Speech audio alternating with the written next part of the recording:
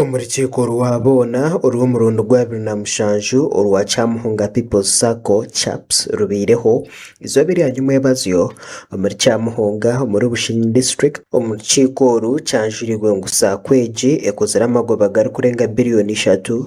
urukiko habireho no kusima umwebembezi w'ihanga His Excellency Yoweri Kaguta Museveni ahabo kurira ukushaba kwabo akazibera za Sacco kushashura emishoro. And the President accepted again to extend a tax waiver for all SACCOs. Concurrent to Ashabeti on the provisions as a tax or ensure what are you going to do as a SACCO? Obiraryo mjenyi mukuru Kano Aran Chitanda ori chairman board wa Wazalendo Sacco omurukiko aterire myeto omuranga ngo bejumbira mu kubika no kozesa kurungi esente. These people will come back and colonize us another time because we are financially vulnerable. I am telling you. Ori chairman wa board ahabwa CHAPS Paul Tuyamureba Kahiji ashoborere ngo babire bine ukwerarikira ahabwe nshonga z'emishoro. Tuire no kwerarikira kuhanga umunonga ko kugira ngo Uganda Revenue Authority sakoze ziyagarike kazitaho umushoro ugwa corporation tax ogo gwa percent 30 abantu nibaza fitina kubiko umwe sente because nchibanchi manyisangu amogo bagumurakore baza gabagana bagiye umushoro mukoreza Sacco yanyu mubike mweguze mutunguke mu rugo mugoro majority y'abantu abinji imwe numura Uganda ntugamba ngo Bushenyi no Modo district sana ya Western Uganda rije konka wazo ko mbyaro abantu abatakumanye bye sente nibo binji. General Manager wa CHAPS John Bosco Twijukire ahigire ba member ba Sakweji okugitungura bari kurabiraho mu kubika no kweguza habo kuba ibintu byo bukombeka za Sacco. No shanga ngo ba members abo kucira kwizo mu bank tubakwikana mitware 2 ngeno ni intero muranga ba members bona bigwira accounts na CHAPS okwigura account yo chonka tikumara. So jeza hore bukangu wizo mbanka wabika kasente kawe hero no rukuza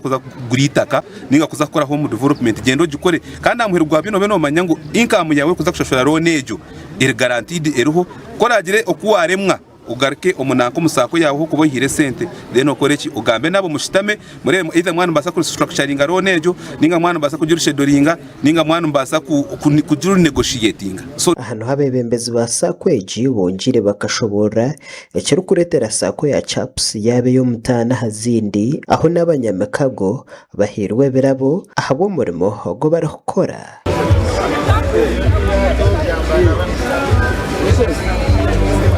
Haruho abantu abo kushanga babikire sente zabo mu Sacco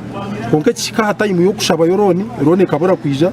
abo kuba kutukuba turi ngo muri ciko rwihanga ryona ushanga yine Sacco buri mwaka ezukukinga abo abantu kuzinyaka mwene ko mwarebo kutwatukoze rabe kwateye no kwihuza portfolio ya riski neze sente zikumana umutekateka ngo abantu mbabasa kuzinyagera kimwe aho industry negamba ngo mwaba mwine percent iriya higuri 5 njibanche manyisangu abantu nibabanyaga na CHAPS emyaka ari kurenga 20 ni twina abakozi bakurenga 500 bona batungira sente mu CHAPS badiarono mu CHAPS ni tenka factory tudiarono mu CHAPS kandi tuyambire munonga abo kubana tutunga sente zo kushashura mishara numureba amajani gatungira kizibu amajani sente tizirimu factories zimwe zikinjire konka bwa CHAPS